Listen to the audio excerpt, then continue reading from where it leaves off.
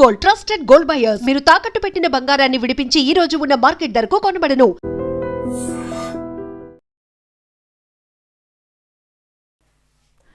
నమస్కారం, welcome to iDream media. నేను మీ సంగీత.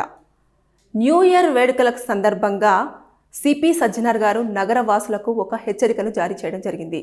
ఈ న్యూ ఇయర్ వస్తున్న కారణంతో ఆయన సిటీ మొత్తం కూడా ఎక్కువ తనిఖీలను చేపట్టడం అనేది జరుగుతూ ఉంది. డ్రంక్ అండ్ డ్రైవ్లో ఎవరైనా దొరికారంటే ఖచ్చితంగా జైలుకు పంపించడమే అని చెప్పేసి ఆయన స్పష్టం చేస్తున్నారు.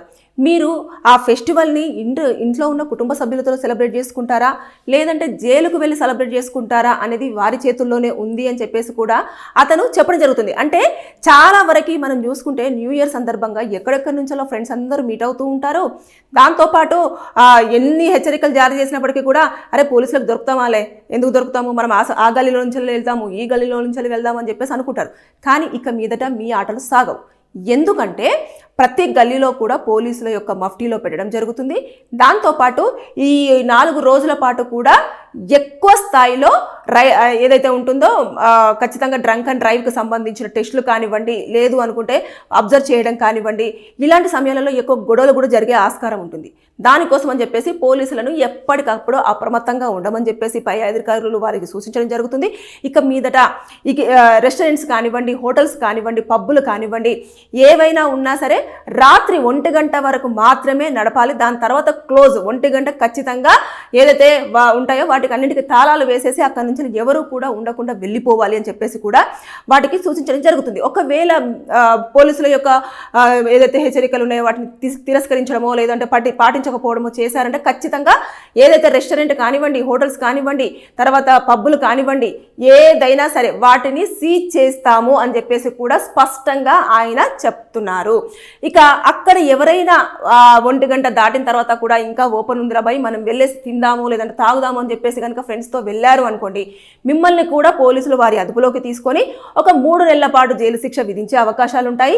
లేదు అనుకుంటే ఫైన్ విధించే ఛాన్సెస్ కూడా ఉంటాయి. కాబట్టి ఇక మీదట న్యూ ఇయర్ సందర్భంగా డిస్ట్రిక్ట్స్లలో ఉన్న వాళ్ళని కూడా ఫ్రెండ్స్ని అరే రామా ఇక్కడికి వచ్చేస్తే మనందరం కూడా గ్యాదర్ అవుతున్నాము, ఫ్రెండ్స్ ఎప్పుడెప్పుడో కలుసుకుంటున్నామంటే న్యూ ఇయర్ రోజు సెలబ్రేషన్ చేసేసుకుంటే ఇంకా ఈ ఇయర్ అంతా కూడా మనం హ్యాపీగా ఉంటాము అనే థాట్లో చాలామంది ఎక్కువగా ఉంటారు. కాబట్టి దాన్ని దృష్టిలో పెట్టేసుకొని ఈ రోజుల్లో ఎక్కువగా ఈ 2-3 డేస్ మాత్రం గట్టిగా అబ్బాయిలు ఎవరైతే ఉంటారో వాళ్ళు పార్టీస్ మీద ఎక్కువ కాన్సన్ట్రేషన్ చేస్తూ ఉంటారు. టైం కుదుర్చుకొని మరి ఈ రెస్టారెంట్ అయితే బాగుంటుంది, ఈ హోటల్ అయితే బాగుంటుంది, ఈ పబ్ అయితే బాగుంటుంది, ఇంతమంది గ్యాదర్ అవుతున్నారు, మనం వెళ్ళాలి, ఎంజాయ్ చేయాలి అని చెప్పేసి ఇక వీకెండ్ కూడా ప్లాన్ చేసుకోవడం ఇలాంటివి చేస్తూ ఉంటారు. కాబట్టి దయచేసి మీరు పోలీసులు అప్రమత్తంగా ఉండండి. ఎందుకు సూచిస్తున్నారు అంటే చాలా కఠినంగానే వారు దానిపైన వాళ్ళు నిఘా పెట్టడం జరిగింది. కాబట్టి మీరు ఒకవేళ తాగి గనక వారికి దొరికినట్లయితే మీ బండి సీజ్ చేస్తారు, ఫైన్ ఉంటుంది, జైలుకు వెళ్తారు. ఇన్ని కూడా ఉండే అవకాశం ఉంటుంది. పండగ రోజు హ్యాపీగా సెలబ్రేట్ చేసుకునేది పక్కన పెట్టేస్తే, అంటే న్యూ ఇయర్ని చాలామంది పండగ వాతావరణంగానే చూస్తారు, పండగనే అనుకుంటారు. అంటే ఆ రోజు కొత్త బట్టలు వేసుకుంటారు, దేవుడి దగ్గరికి వెళ్తారు, ఇంకా ఆ రోజు టెంపుల్కి వెళ్తే ఆ రోజు దేవుని మొక్కేసాము, కోరుకున్నాము అంటే ఇంకా ఇయర్ అంతా కూడా మనకు అది చాలా హ్యాపీగా ఉంటుంది అన్న థాట్లో చాలామంది ఉంటారు. కాబట్టి మీరు ఏదో ఒక చిన్న నిర్లక్ష్యం వల్ల మీరు కనుక ఏముందిలే కొంచెమే కదా, ఒక బీరో లేకపోతే ఇంకేదో తాగి వెళ్ళిపోదాము అని చెప్పేసి కనుక తాగి పోలీసులకు దొరికారా, ఇంకా జైల్లోనే. న్యూ ఇయర్ అయిపోయేంత వరకు కూడా జైల్లోనే. మొత్తం ఈ న్యూ ఇయర్ వరకు కనుక పోలీసుల చేతికి చిక్కకుండా ఉండడమే మీకు మంచిది. ఒకవేళ మీరు తాగాలి అనుకుంటే ఇంటికి తీసుకొచ్చుకొని తాగే ప్రయత్నం చేయండి, కుటుంబ సభ్యుల అంగీకారంతో. లేదా ఫ్రెండ్స్ని మీరు ఇంటికే పిలిపించేసి ఆ రోజు అక్కడ తాగేసి నిద్రపోండి తప్పించి మేము బండ్లు వేసుకొని పోతాం, కార్లు వేసుకొని పోతాము, మేము ఇలా ఎంజాయ్ చేస్తాము, అలా ఎంజాయ్ చేస్తాము, రోడ్ల మీదకి వచ్చేసి అరుస్తాము, లేదంటే ఇలా చేస్తాము అంటే మాత్రం ఇక కుదరదు. పోలీసులు చాలా వరకు దీని మీద నిఘా పెట్టడం చేస్తున్నారు.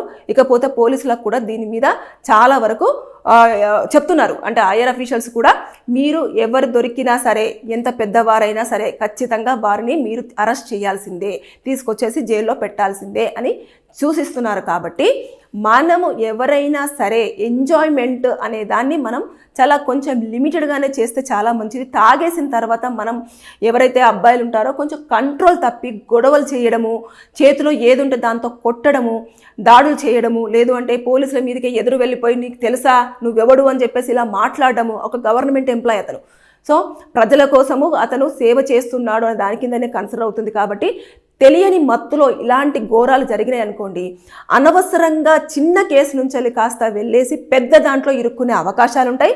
మినిమం ఒక 5 years వరకు కూడా జైలు శిక్ష అనుభవించే ఛాన్సెస్ ఉంటాయి. కాబట్టి ఈ యొక్క ఉద్దేశంతో చాలామంది యంగ్స్టర్స్ మాట వినకుండా యూత్ అంతా కూడా ఏం చేస్తారంటే ఏముందులే అని చెప్పేసి ఒక బండి మీద 4, 3 లేదంటే కార్లు ఓపెన్ టాప్ ఉంటే ఖచ్చితంగా ఆ ఓపెన్ టాప్లోకి వెళ్ళి పైకి ఎక్కడము గోల చేస్తూ ఉంటారు అన్నట్టు. ఈ 4 రోజుల్లోనే, ఇంకా న్యూ ఇయర్ రాలే కదా, న్యూ ఇయర్ రోజు చెప్పారు కదా సార్ వాళ్ళు ఇప్పుడు మనకేం కాదు అని చెప్పేసి అనుకుంటారు. అలా లేదు, న్యూ ఇయర్ అయ్యేంత వరకు కూడా మొత్తం కూడా డ్రంక్ అండ్ డ్రైవ్ అనేది ఎక్కడికక్కడ తనిఖీలు అనేవి చేపడుతున్నారు.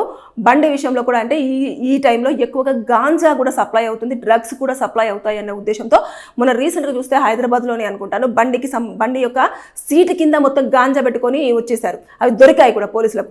మొత్తం తనిఖీలు చేస్తున్నారు. మీ దగ్గర మీరు కనుక పోలీసులకు అనుమానంగా కనిపించారు అంటే ఖచ్చితంగా మీరు వారి ఆధీనంలోకి వెళ్ళడం జరుగుతుంది. మీ లైసెన్స్ తీసుకుంటారు.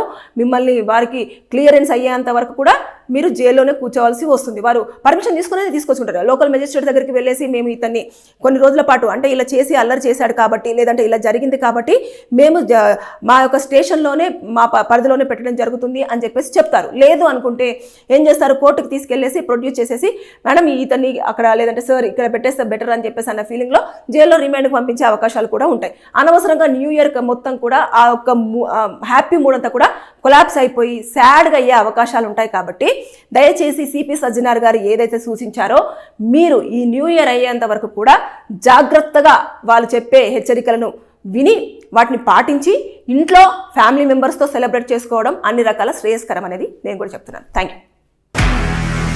నిజంగా ప్రస్తుతం ఉన్నటువంటి సమాజం దేనికి ప్రయారిటీ ఇస్తుంది? ఆర్థిక సంబంధాల చుట్టూ మాత్రమే తిరుగుతోంది. మళ్ళీ ఎన్నికలంగానే చాలా విరక్తి కలుగుతాను.